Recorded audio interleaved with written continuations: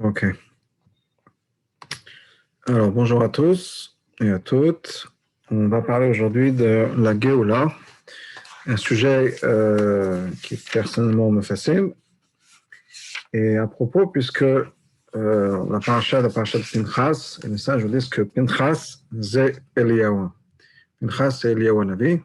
Donc, étant donné que c'est la paracha de cette semaine, on est bien dans le thème de la paracha et de British Shalom, une alliance qui va être une alliance de paix, et l'époque de Mashiach qui va être une époque de Mashiach. Alors, quand il s'agit de la Géoula, quand il s'agit de beaucoup de choses d'ailleurs, on a, il y a des fois une dichotomie, un détachement, si on peut dire, entre notre réalité et notre expectation, nos attentes. Par exemple, si je demandais à tous les participants qui sont ici pour l'instant, qui voudrait bien gagner au loto, je pense que tout le monde dirait oui, leverait la main, en tout cas de manière virtuelle, à gagner au loto. De l'autre côté, surtout ces gens qui ont dit oui au loto, pas tout le monde, et en tout cas moi en premier pour l'instant, leur acheté un billet. Parce que des fois, on se dit, bon, c'est pas réalistique. C'est vrai qu'on aurait bien voulu que ça se passe, mais est-ce que c'est tellement réalistique? Est-ce que c'est réaliste? Est-ce qu'on va vraiment gagner? Est-ce que ça vaut la peine de se déplacer, de chercher un billet, etc., etc. Donc, des fois, on trouve on n'est pas, il n'y a pas un suivi nécessairement entre nos espoirs et ce qu'on va faire derrière. Et tout simplement parce qu'on n'y croit pas à 100%. On n'est pas convaincu, même si on a bien voulu, même si on rêve, même si on espère. On se dit, oui, bon, quelles sont les chances? Quelles sont les chances que ça se passe vraiment? Et quand il s'agit de la Géoula, alors c'est sûr que pour le loto, on s'est dit, bon, il y a une chance sur, je ne sais pas quel est un million de chances, ou de 10 millions de chances, 50 millions de chances, le nombre qu'on puisse avoir. Mais quand il s'agit de la Géoula, on se dit à peu près la même chose. Le monde a l'air de ne pas tourner bien. On voit ce qui se passe avec l'antisémitisme dans le monde, on voit les catastrophes naturelles, on voit ce qui s'est passé avec Israël et Gaza, et comment le monde a réagi. Et même le fait que le gouvernement en Israël, le fait comment le gouvernement a réagi à ce qui s'est passé à Gaza et autres, et au pogrom de villes en Israël, on a du mal à imaginer qu'on puisse passer le pas et arriver à un monde de Géoula. Et pourtant, on s'approche de cette Géoula, et on s'approche de cette Géoula de manière très très rapide. Et ce que je voudrais faire ici dans ce cours, c'est vous montrer, et me parler à moi aussi bien sûr, mais essayer de voir que la Géoula c'est quelque chose qui est tout à fait réaliste, et non seulement la Géoula est tout à fait réaliste, la Géoula est quelque chose qui est pratique, qui est faisable, qui est l'histoire du monde. On dit que si on veut être déprimé, il faut regarder les journaux. Parce qu'on regarde tous les problèmes du monde sont dans les journaux. De l'autre côté, si on veut être optimiste, il faut apprendre l'histoire.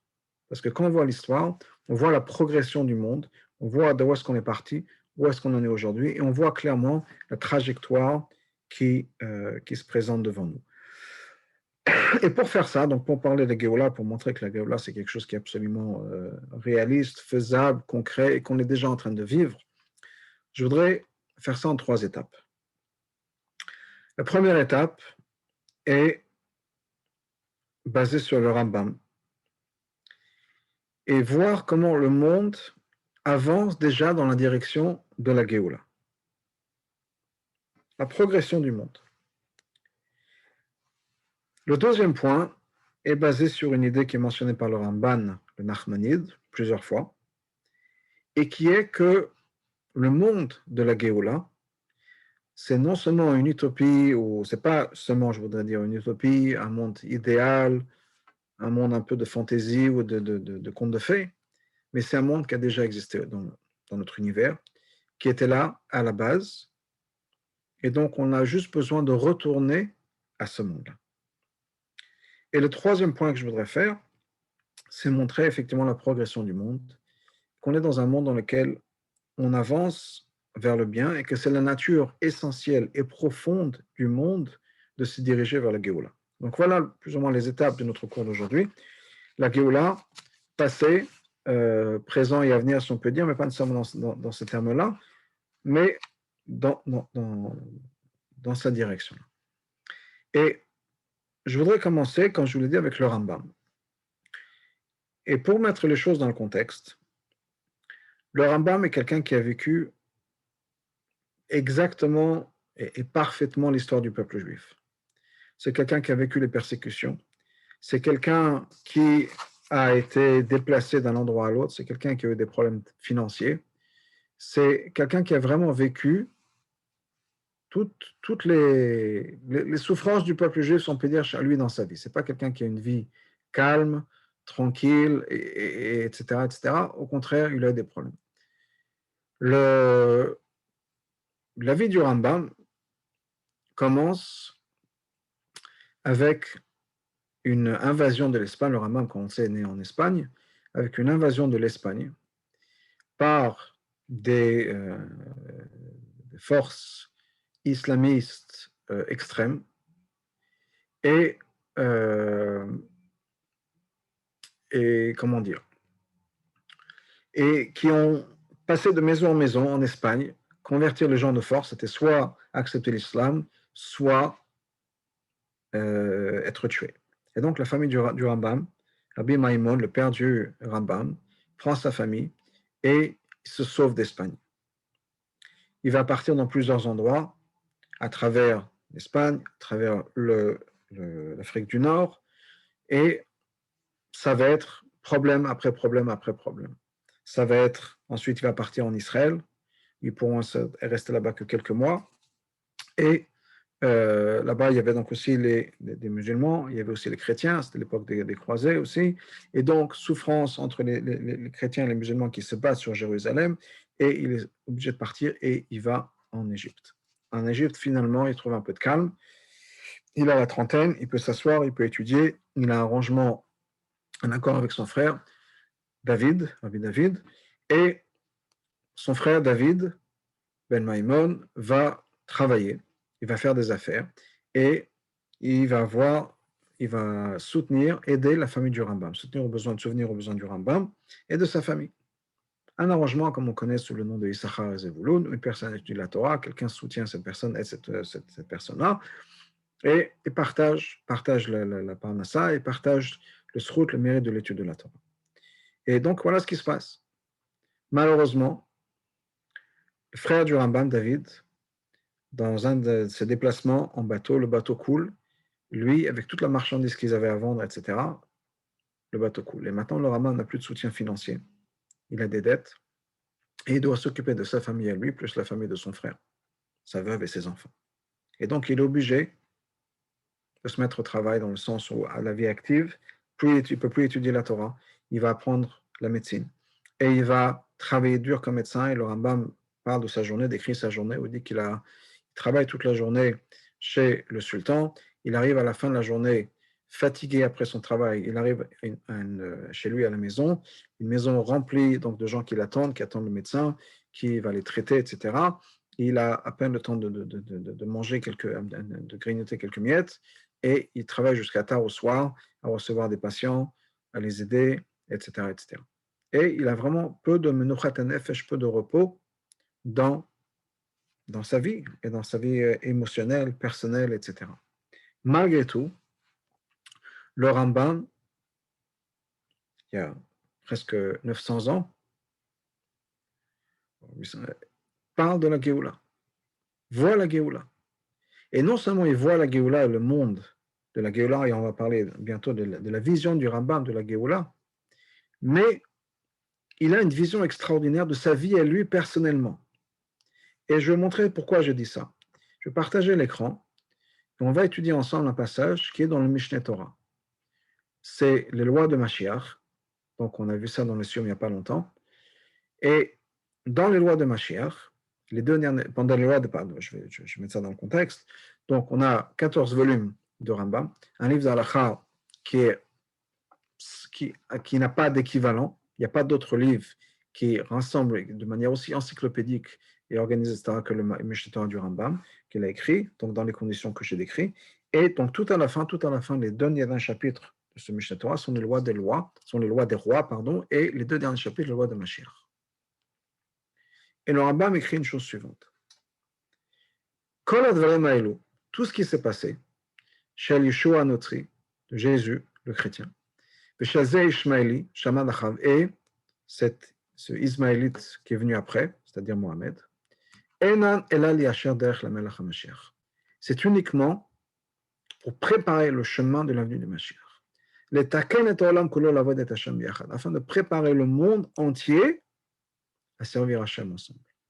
Shenemar, comme c'est dit, qui az et foch elamim safabo à ce moment-là, à l'époque de Mashiach, je vais transformer les nations et qui vont parler de manière très claire, les kokulam Hashem Hashem, tout le monde va parler, les nations du monde entièrement vont parler de Hashem, ou l'ovdo shechem echad, et servir Dieu avec une seule épaule, c'est-à-dire tous ensemble.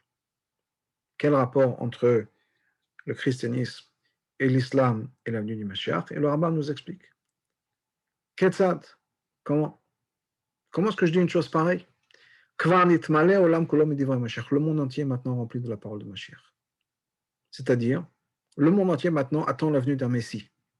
Alors qu'on l'appelle le Messie, qu'on l'appelle le 13e imam, qu'on l'appelle Mashiach, le monde entier est au courant de ça. Le monde entier connaît la Torah, connaît les mitzvot. Le monde entier connaît les 10 commandements, le monde entier parle d'un Dieu.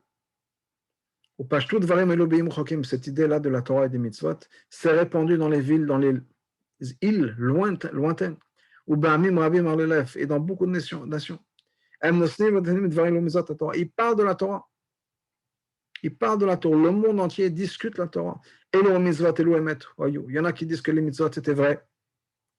Il faut les faire les mitzvot. Mais de nos jours, on n'a plus besoin de faire les mitzvot, qui est l'approche chrétienne. Oui, c'est vrai, il y avait l'Ancien Testament, mais maintenant c'est fini. La Torah, ce n'est pas pour toutes les générations. Et il y en a qui disent que non, c'est des secrets. Il ne faut pas lire la Torah de manière littérale. Mashiach est déjà venu. Il a révélé ces secrets-là. Le monde a changé. Mais le fait est que maintenant, sur les 7,5 milliards d'habitants, la majorité du monde parle et est au courant de la Torah. Et ça a été fait par l'intermédiaire du monde chrétien et du monde musulman, qui a capturé une bonne partie de l'Afrique et l'Amérique du Nord et du Sud, etc. Quand va venir Mashiach, il va réussir, il va être élevé, ils vont tout de suite revenir en disant, ah, effectivement, on attendait le Mashiach, mais le Mashiach qu'on attend, ce n'est pas le bon, on nous a menti. Que leurs prophètes, leurs pères, les ont trompés. Mais le monde entier va, à ce moment-là, est déjà présent et conscient du monde de Mashiach. Et je reviens à cette idée-là, imaginez un monde, imaginez que le Rambam lui-même qui a souffert, si on peut dire, on peut parler, disons une Shoah, ou en tout cas comme quelque chose un peu l'équivalent de l'Inquisition par rapport au Rambam.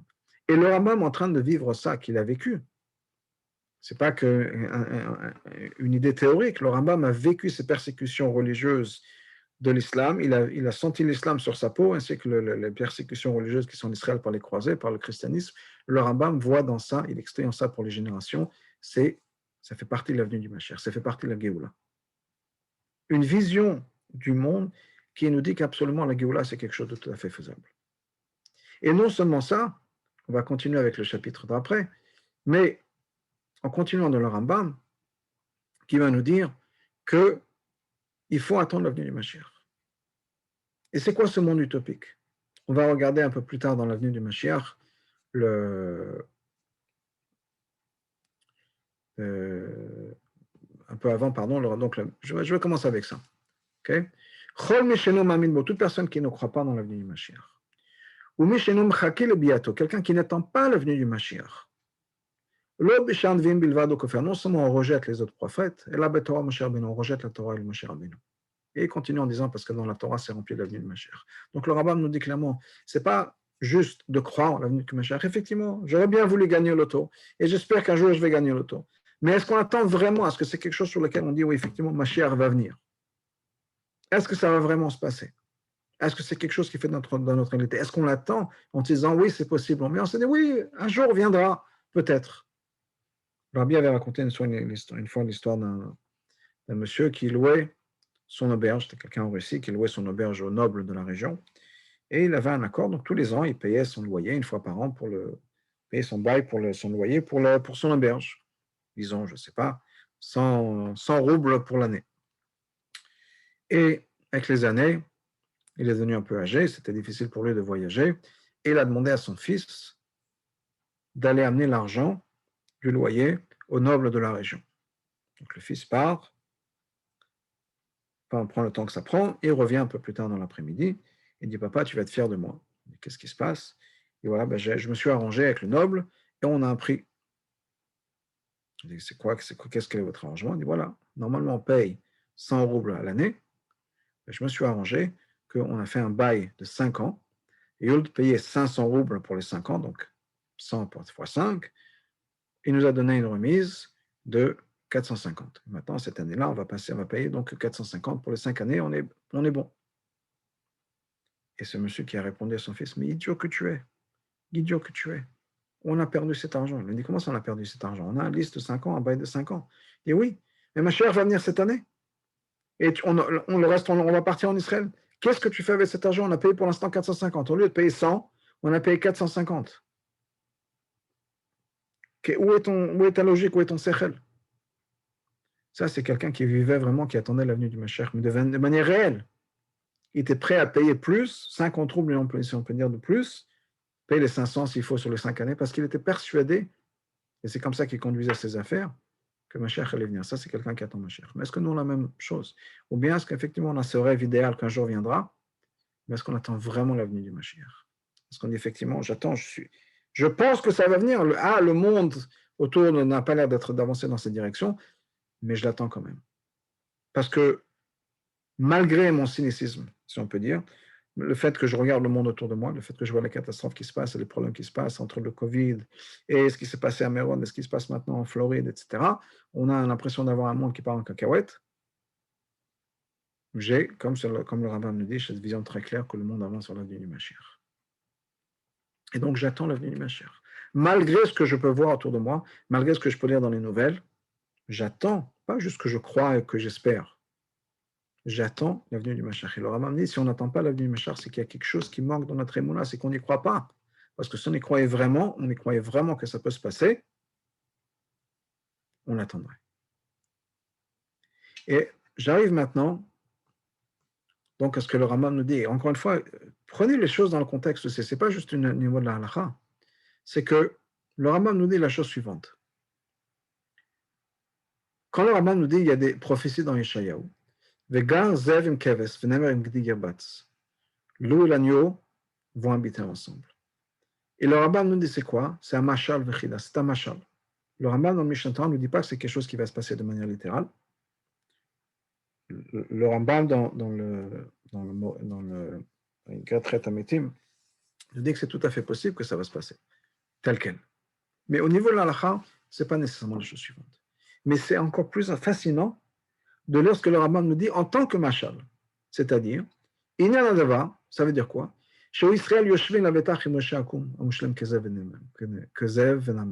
Le peuple juif va habiter tranquillement avec les nations du monde qui sont comparées à des loups et à des tigres. Tout le monde va revenir à la Torah. Ils n'auront pas volé, ils n'auront pas détruire. Ils vont manger uniquement les choses qui sont permises et vivre en paix avec le peuple juif. Imaginez un monde, encore une fois, le monde du Rambam, il y a 800 ans. Un monde rempli de savagerie. Un monde où les gens se tuent. Un monde où la violence règne. Un monde où, pour le Rambam lui-même, les musulmans tuent des gens, les chrétiens aussi, si on n'accepte pas leur religion. Dans ce monde-là, le Rambam nous dit, moi j'imagine un monde meilleur. J'ai une vision du monde où tout le monde va vivre en paix. Est-ce que ça ressemblait à la réalité du Rambam? Est-ce que c'était possible dans son monde? Imaginez un monde où le peuple juif va être calme, va être au contraire, les nations du monde vont se joindre au peuple juif dans le service de Dieu. C'était quelque chose qui était inimaginable. Si on regardait autour de lui, s'il lisait les journaux de l'époque, si c'était sur les réseaux sociaux de l'époque, c'était quelque chose qui était complètement abstrait, impossible à voir. Comment est-ce que la Géoula peut venir dans un monde pareil? Imaginez quelqu'un dans les camps de concentration qui pouvait rêver en disant oui, bien sûr, la semaine prochaine, pas la semaine prochaine, aujourd'hui et cet après-midi, le peuple juif est libéré, le peuple juif, ce sont les nazis marchemam qui vont être là pour nous respecter. Et pour l'instant, c'est ce que le Rambam nous décrit. Parce que clairement, C'est la vision que le Rambam avait, c'est la vision du monde. Et encore une fois, la vision du monde, on va passer à la dernière halakha, comme le Rambam voyait le monde. À ce moment-là, à l'époque de Mashiach, il n'y aura pas de famine, il n'y aura pas de guerre. Alors que le Rambam lui-même a vécu la guerre et la famine. L'okina v'tacharut, pas de jalousie, pas de concurrence. Je te vois, parce qu'il y aura tellement de bien, il n'y aura rien, il n'y aura pas sur quoi se battre. Il n'y aura rien d'autre à faire que de connaître Hachem. Parce que la connaissance de Dieu sera répandue sur la terre. Imaginez un monde pareil. Et c'est la vision que le Rambam nous donne. Le Rambam décrit ça, ce monde-là pareil, alors qu'il est en train de vivre ses souffrances, alors qu'il a des problèmes d'argent, alors qu'il a des problèmes, il est persécuté par les non-juifs. Malgré tout, le Rambam dit, j'attends ça, je vois dans mon monde à moi la venue du Mashiach. Je vois dans les persécutions que j'ai souffert une étape, une progression de la venue du Mashiach. Donc clairement, ce que le Rambam nous dit, c'est que ce n'est pas juste regarder le monde autour de nous. Il faut comprendre l'histoire du monde. Il faut comprendre la direction du monde, parce que d'abord, le monde s'avance vers un monde de Géoula. C'est comme ça que ça se passe. Le monde avance dans un monde de Géoula. Et chaque chose qui se passe, c'est une étape dans la Géoula. Agréable ou pas agréable, c'est quelque chose qui va nous rapprocher, qui va nous ramener dans la direction de la Géoula. Et je passe maintenant au deuxième point, qui est le Ramban. Le Ramban nous dit, il le dit plusieurs fois, à travers ses écrits, que le monde de Mashiach est en fait l'état naturel du monde. C'est-à-dire que le monde de Mashiach, ce n'est pas quelque chose qui n'a jamais existé. Ce n'est pas quelque chose qui va complètement transformer, qui va dire quelque chose, encore comme je disais, un conte de fées qui n'a jamais existé au monde. C'est le retour à la création du monde tel que Hachem l'a créé. Et il dit ça de manière très simple et très évidente, bien sûr, qui est quoi? Quand Hachem a créé le monde, chaque chose qui a été créée a été créée à l'image de son créateur. Le créateur s'est investi. Nous avons été créés à l'image de Dieu. Le monde a été créé par Hachem. Quelle est l'attente d'un monde pareil? Qu'est-ce qu'on devrait attendre d'un monde créé par Hachem? Un Dieu infini, un Dieu bon. On devrait attendre un monde parfait. Mais le monde n'est pas parfait. Parce que c'est notre place, c'est la place que Dieu nous a donnée pour améliorer le monde. Ce qui est d'ailleurs marqué depuis le début de la création. Quand Hachem a créé le monde, on dit ça à la fin de toute la création du monde. Et on dit ça dans le Kiddush d'ailleurs tous les vendredis. Asher ba Elokim, Vaychol Hashem et Aretz, etc. Dieu a fini la création du ciel et de la terre. Asher ba Elokim, la Asot. Dieu a créé. La Asot, ça veut dire quoi? Pour faire. Ça veut dire quoi pour faire? Qu'est-ce qu'on est censé faire? Hachem a créé le monde. Hachem a créé le monde. Il est fini. Au contraire, quand il arrive à vendredi soir, quand on arrive à ce moment de ce qu'on dit Shabbat, le ciel et la terre et tout ce que ça contient ont été finis. Donc, on aurait dû dire Asher bara Elokim, Ve'asa, que Dieu a créé, il a fait. C'est-à-dire quoi? La sorte de faire un futur. Et Rashi nous dit tout de suite, quand Rashi explique ce mot, l'étaken, pour réparer. C'est-à-dire que Dieu a créé un monde où le potentiel est positif. Dieu a créé le monde qu'il voulait. Dieu a créé un monde qui va aller dans la direction du bien, un monde qui est à la base bien, mais il nous a laissé une place à parfaire le monde. Qui est l'histoire de la faute de Etzadat, et qui est la faute de Etzadat qui a tout changé. Parce que c'est à cause du Etzadat, ou par l'intermédiaire du Etzadat, que le monde a changé, le monde est devenu le monde qu'on connaît. Comprenons bien, quand Adam et Ève sont tombés au paradis, et que Dieu leur a parlé de Dira Betartonim, on va changer le monde, on va révéler Dieu sur terre, etc., ils sont arrivés où? Ils sont arrivés au Gan Eden.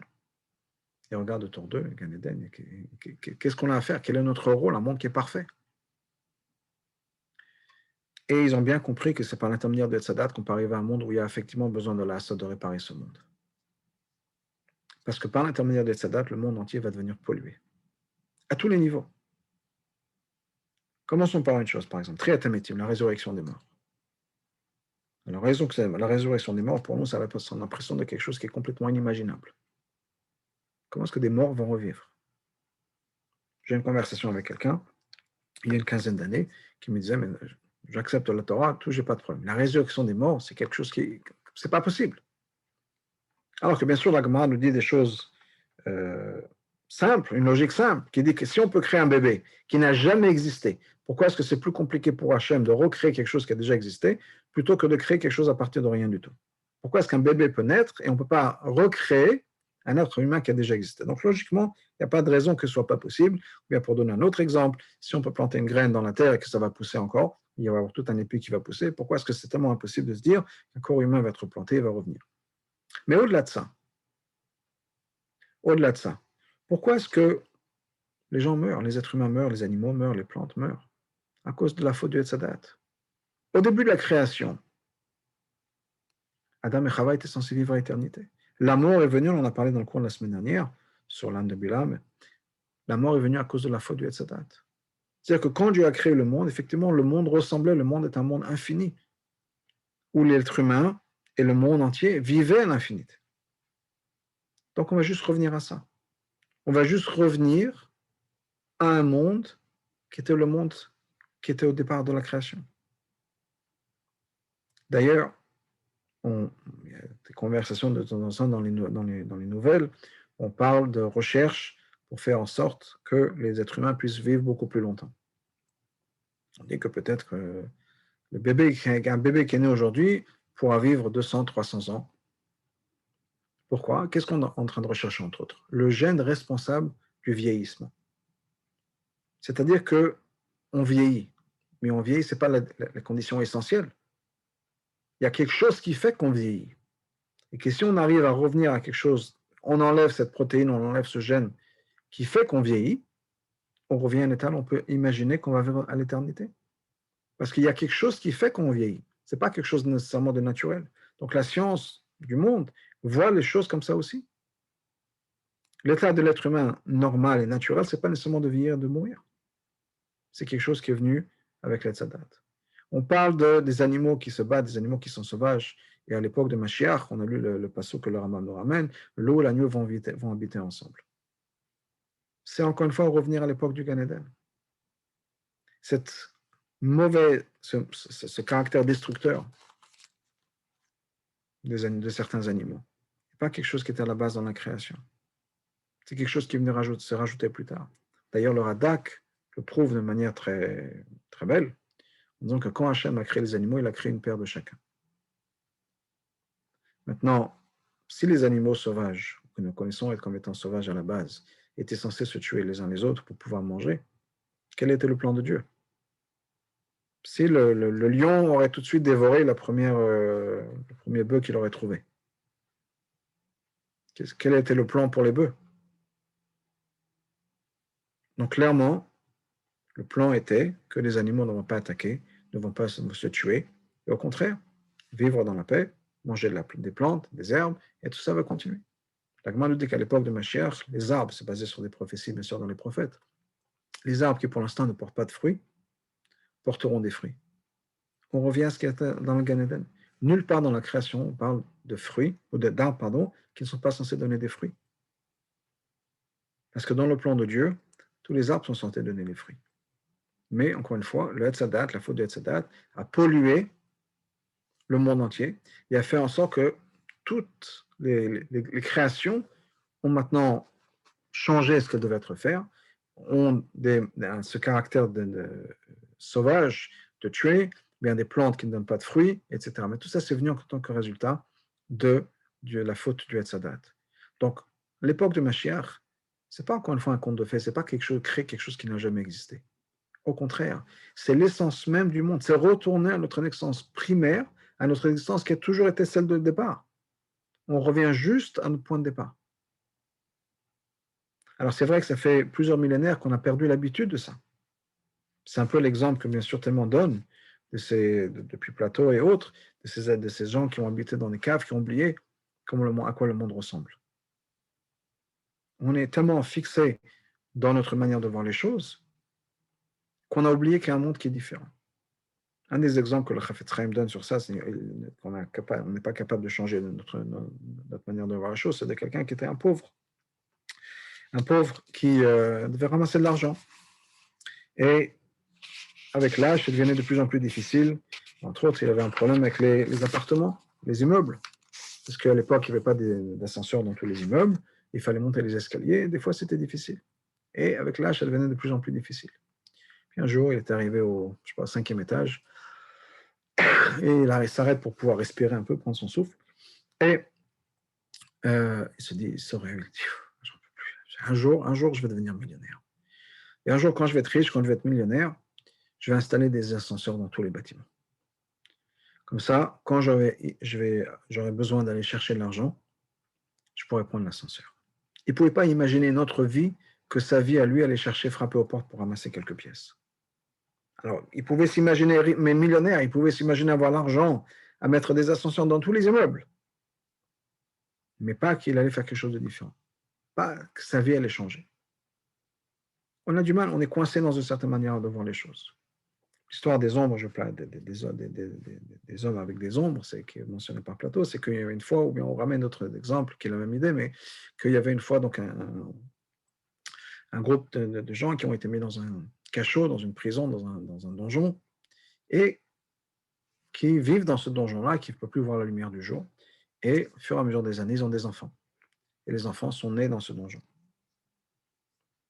Et ces enfants grandissent, ont eux-mêmes des enfants.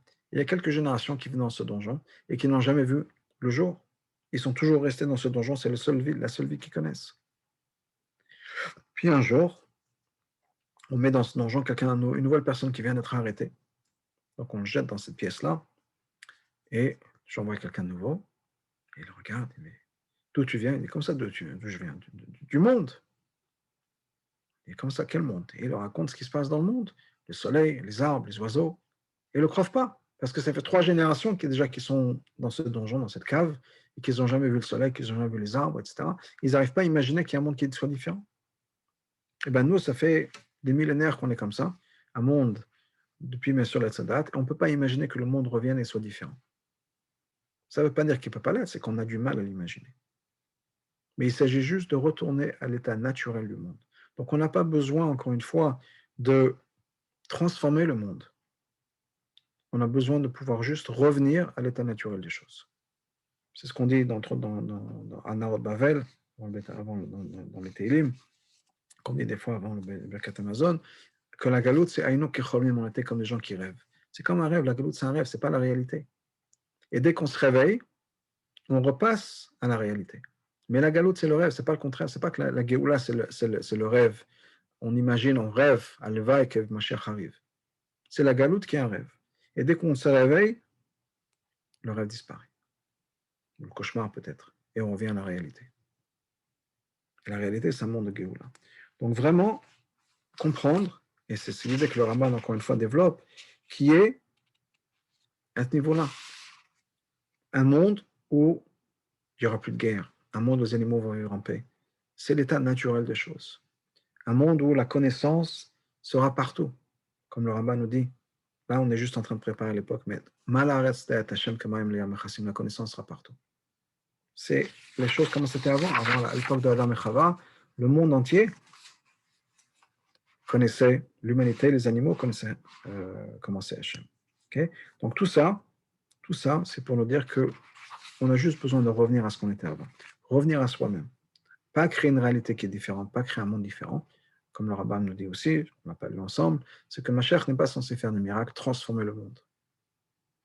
Il s'agit juste de revenir à l'état naturel des choses. Donc c'est moins compliqué, si on peut dire. On n'a pas besoin de faire quelque chose qui n'a jamais existé, on a juste besoin de revenir à quelque chose qui était avant. Revenir à ce qu'on pourrait dire, peut-être les poètes pourraient appeler notre état enfantin, notre état pur, mais revenir à l'existence idéale du monde que le monde a connu pendant quelques jours, mais que le monde a connu. Donc, encore une fois, on a fini les 2 premiers points, mais on va passer au 3e point, qui est le Rambam et le Ramban, qui nous dit que, encore une fois, le monde avance dans cette direction. Le monde avance dans la direction de la Géoula, le monde avance dans la direction de Mashiach. Et le Ramban qui nous dit, c'est pas compliqué, c'est pas si compliqué que ça. Il faut juste retourner à ce qu'on était avant. Retourner à son essence, retourner à la pureté du monde. Et voilà. C'est ça l'état naturel du monde. L'état naturel du monde, c'est le monde de la Géoula. Tout le reste, c'est artificiel. Tout le reste a été superimposé sur le monde. Ça n'est pas la réalité du monde, ça n'est pas l'existence du monde. C'est quelque chose qui a complètement été transformé, quelque chose qui a pollué, pourri peut-être l'existence du monde, mais ce n'est pas l'état naturel du monde, on a juste besoin de revenir à ça. Et le troisième point, c'est, encore une fois, je reviens à cette idée de la sotte, qui est que le monde évolue. La manière dont Hachem a créé le monde, c'est qu'il y a une évolution. On sait, par exemple, dans les 6 jours de la création, les sages nous disent que les 6 jours de la création correspondent aux 6 millénaires du monde, et qu'à la fin, c'est Mashiach comme il y a Shabbat, il y a une progression. C'est la sotte, le taken. Et je vais vous donner un exemple de l'évolution comme la Torah le voit. L'exemple que je vais vous donner, c'est l'exemple de Sefer Bereshit et le début de Sefer Shemot, qui sont les relations entre frères. Et vous montrer comment le monde évolue dans cette direction. À travers le Sefer Bereshit et le début de Sefer Shemot, on a plusieurs histoires, 6 histoires d'ailleurs, de conflits entre frères, ou de relations, je dirais, entre frères. Bien sûr, la première relation qu'on a entre frères tout au départ, c'est quoi? C'est Caïn et Hevel, 2 frères.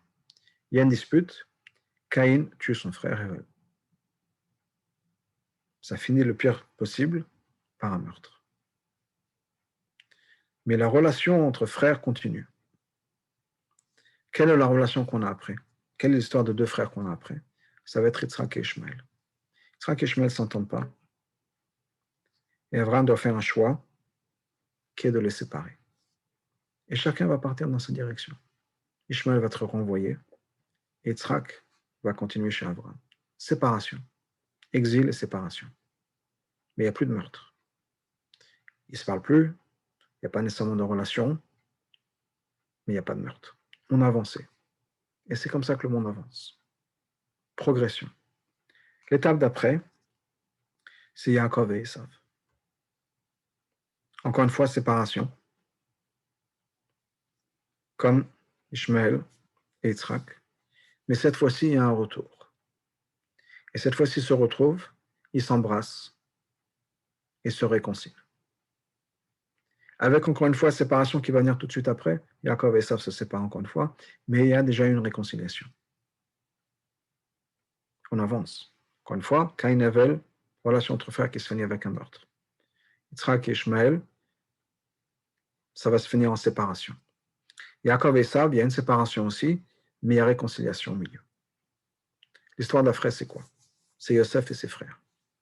Yosef et ses frères, on connaît bien sûr la tragédie de la vente de Joseph, mais après, ils arrivent à vivre ensemble. Yosef leur pardonne, et tout le monde vit ensemble en Égypte. Il n'y a plus besoin d'avoir cette séparation. Donc non seulement il y a réconciliation, mais ils arrivent à vivre ensemble. L'histoire d'après, l'histoire continue à avancer. Ephraim et Ménaché, une autre relation entre frères. Qu'est-ce qu'on voit dans la relation entre Ephraim et Ménaché? 2 frères. Yaakov va donner la bénédiction et il va faire passer le plus jeune devant l'aîné. Une histoire qu'on a déjà vue avant avec Yaakov et Esav. Ça s'est mal fini. Eh bien, à ce moment-là, il n'y a rien qui se passe. Il n'y a rien qui se passe. Il n'y a pas de jalousie. Il n'y a pas de bataille, de guerre. Il n'y a pas un qui va tuer l'autre. Non. Le plus jeune, pour une raison ou une autre, est passé avant l'aîné. Et c'est comme ça, tout se finit bien. Mais il y a encore une étape. Encore 2 frères au début de Sefer Shemot qui sont Moshe et Aaron. Et cette fois-ci, encore une fois, le plus jeune va passer devant l'aîné. Mais non seulement Aaron ne va rien dire, au contraire, Aaron va participer de manière active à aider son petit frère à devenir le chef. Il ne va pas juste pas se disputer, pas se fâcher. Il va être actif de manière, encore une fois, impliqué de manière active à aider son frère à prendre le contrôle et le leadership du peuple juif. C'est une progression. Et cette histoire-là, c'est juste un exemple pour montrer comment le monde avance. Et c'est ce que la Torah veut nous démontrer. Le monde avance vers une direction. Et c'est vrai à tellement de niveaux. C'est vrai à tellement de niveaux. Je disais tout à l'heure que si on veut être déprimé, il faut regarder les nouvelles. Et si on veut être positif, il faut regarder l'histoire. Parce que quand on regarde l'histoire, on a ce regard vers l'arrière, on a ce recul, on voit la progression du monde. On voit comment les choses avancent. Au niveau de la Emunat en Hachem, le Rambam nous l'a dit, mais c'était déjà il y a 800 ans. Le Rambam nous l'a dit. Le monde avance dans une croyance vers un Dieu unique. À l'époque d'Abraham, il y avait combien de personnes qui croyaient en Dieu unique? Deux, Abraham et Sarah. Et ils ont commencé un travail de fond, parler de Dieu. Combien il y a de milliards d'habitants de nos jours qui croient en Dieu? Et de milliards d'habitants qui, même s'ils ne croient pas, disent, bon, moi je ne crois pas en Dieu unique. Mais le concept d'un Dieu unique, ce n'est pas quelque chose qui est complètement étranger à leur conscience. Au contraire, je pense que les gens qui ne savent pas qu'il y a ce concept d'un Dieu unique sont plutôt la minorité dans l'univers. Si on met de côté tous les gens qui sont catholiques et musulmans, et bien sûr les juifs, l'Avdil, la majeure partie du monde croit en Dieu, au moins est conscient de ce concept d'un Dieu unique. Encore une fois, je dirais que le monde a été transformé. Par rapport à Abraham et Sarah, où il y avait quelques personnes, deux personnes qui croyaient en un Dieu unique, maintenant, une minorité de gens ne sont pas au courant de ce concept-là, d'un Dieu unique. D'autres choses, le respect de la vie humaine, même d'un esclave. Par exemple, la Torah nous dit quoi? La Torah nous dit que si quelqu'un avait un esclave et qu'il frappe l'esclave et que l'esclave perdait une dent ou autre chose comme ça, l'esclave était libre. Imaginez ça dans un monde où, à l'époque des Romains, par exemple, il y avait au cirque, à Rome ou autre, les Romains faisaient des esclaves, prenaient des êtres humains qui devaient se battre entre eux, se tuer, ou bien se battre avec des animaux sauvages. Et c'était ça ce qu'on faisait dimanche après-midi au lieu d'aller au cinéma. C'était ça le cinéma, c'était ça le théâtre, d'aller voir des gens qui étaient tués, forcés à mourir, être sacrifiés comme ça. Mais de nos jours, si on fait du mal à un chat, on reçoit une amende. Comment est-ce que le monde a évolué? Il est hors de question de pouvoir faire ce genre de choses. En parlant de faire du mal aux animaux, la Torah nous a dit, ça fait des millénaires, il faut donner à manger à nos animaux avant nous. Imaginez dans un monde barbarique, un monde barbarique tel où effectivement c'était les esclaves, on s'amusait à regarder les esclaves s'entretuer. Est-ce que vous pensez qu'on donnait à manger aux animaux avant nous? C'était ça la priorité? Mais encore une fois, maintenant dans le monde dans lequel on vit, bien sûr, qui ne va pas faire attention à son chat, à son chien ou à ses animaux? On ne peut pas imaginer quelque chose de différent. Le monde a complètement changé. Le monde a complètement changé et on se transforme en fonction des valeurs de la Torah. Le monde évolue dans la direction des valeurs de la Torah. C'est ça la direction du monde. Et pour un point, le rabbin ne parle du fait qu'il n'y aura plus de guerre. Ce n'est pas juste qu'il n'y aura pas de guerre, c'est que de nos jours, la guerre est inacceptable. On est français, si on peut dire, notre culture inclut Napoléon. Quand Napoléon a voulu conquérir tous les pays, est-ce qu'il y a quelqu'un qui l'a arrêté?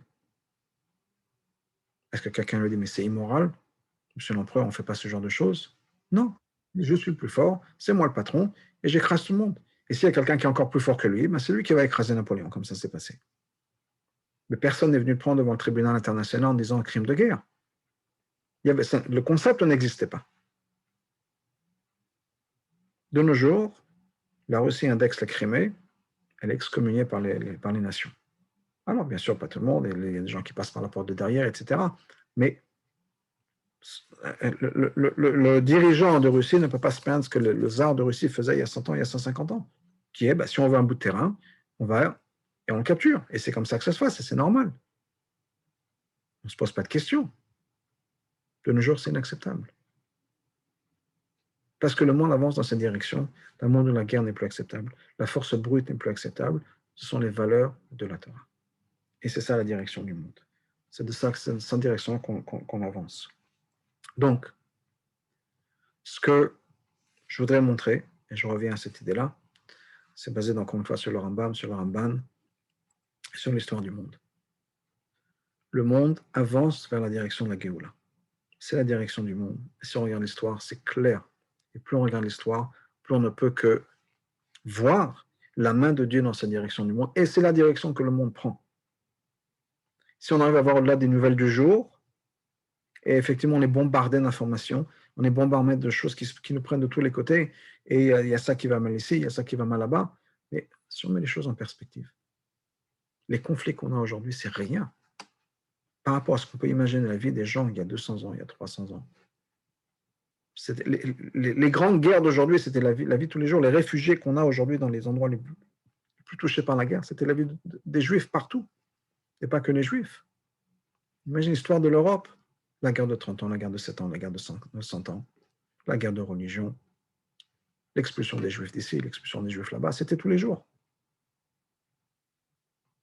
Et là, ça arrive dans un endroit dans le monde, de temps en temps, 2 endroits dans le monde. Ça n'a rien à voir. Le monde va dans cette direction. Et encore une fois, avec le point du Ramban, c'est que la direction du monde vers le monde de la Géloa, c'est pas qu'on a besoin de créer quelque chose, de transmettre quelque chose, c'est revenir juste à ce qu'on était à la base.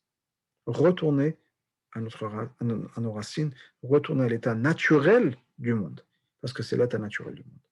Donc, Bezrat Hashem, qu'on puisse pas juste suivre le développement des choses, parce que, encore une fois, l'amélioration, le développement, c'est l'état ken d'améliorer le monde. On peut presque le passer à l'infini, ça peut durer, durer, durer, mais qu'on puisse voir déjà à la fin l'aboutissement de tout ce qu'on a vu. Comme le rabbin l'a dit plusieurs fois, on a déjà fait tout ce qu'il fallait faire. On a fait le travail de raffiner les étincelles, élever les étincelles de divinité.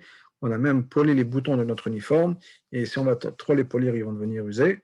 Donc, qu'on puisse pas juste parler de la Géoula, pas juste parler de la direction du monde, mais pouvoir vraiment vivre et avoir l'expérience de cette direction du monde avec l'avenue du Mashiach très très prochainement. Voilà, s'il y a des questions. Ok, alors, bientôt. Au revoir, bonne soirée. Merci beaucoup, bonne soirée, merci.